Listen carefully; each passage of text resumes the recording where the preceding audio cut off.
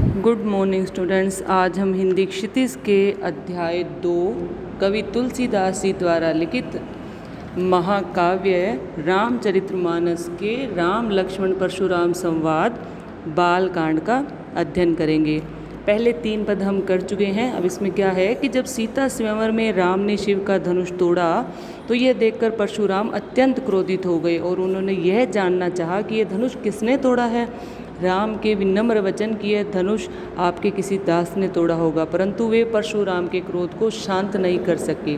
तत्पश्चात लक्ष्मण के व्यंग्यपूर्ण वचन परशुराम के क्रोध को और अधिक बढ़ावा देते हैं। अब देखिए चौथा पद क्या है। कौशिक सुनो मंद यह बालक, कुटिल कालबस निज कुल घालक। भानु बंस राकेश कलंकु, निपट निरंकुश अबुद असंकु। काल कवल होई छन माही, कहो पुकारी खोरी मोरी नाही। तुम्हें हट कहू जो चहु उबारा, कही प्रताप बल रोष हमारा।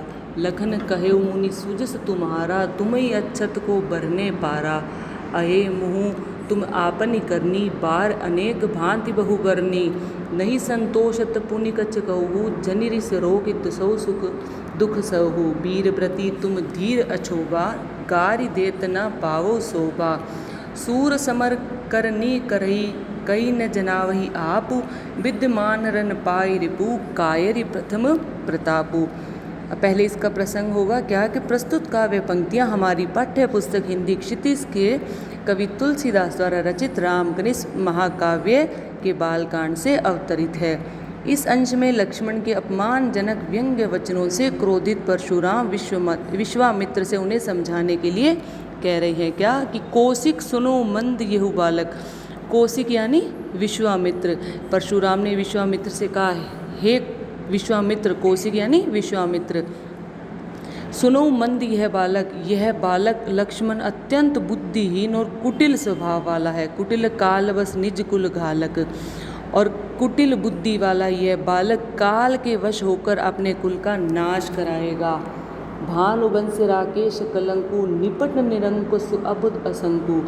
सूर्यवंशी होते हुए भी यह बालक चंद्रमा में कलंक के समान है। निपट निरंकुश अबुद असंकु यानी यह अत्यंत स्वच्छंद, निरंकुश यानी स्वच्छंद, अबूद असंकु यानी मूर्ख और निडर है।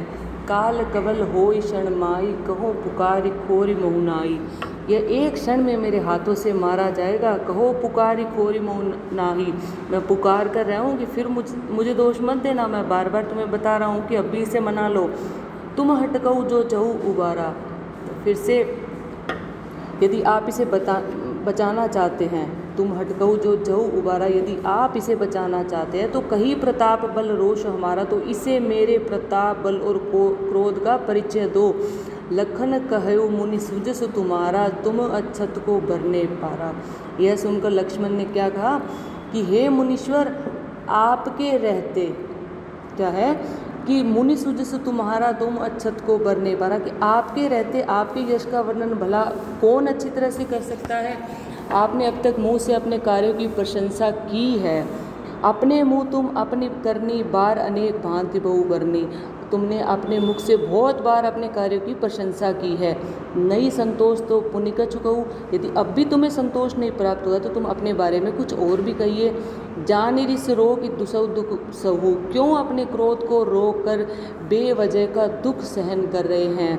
वीर प्रति तुम धीर अछोबा। आप तो वीरता को धारण करने वाले हैं, धैर्यवान हैं। गारी देत न पाऊ शोभा, और नहीं शुक्त होते हैं। इस तरह से गाली देते हुए आप शोभा नहीं देते हो।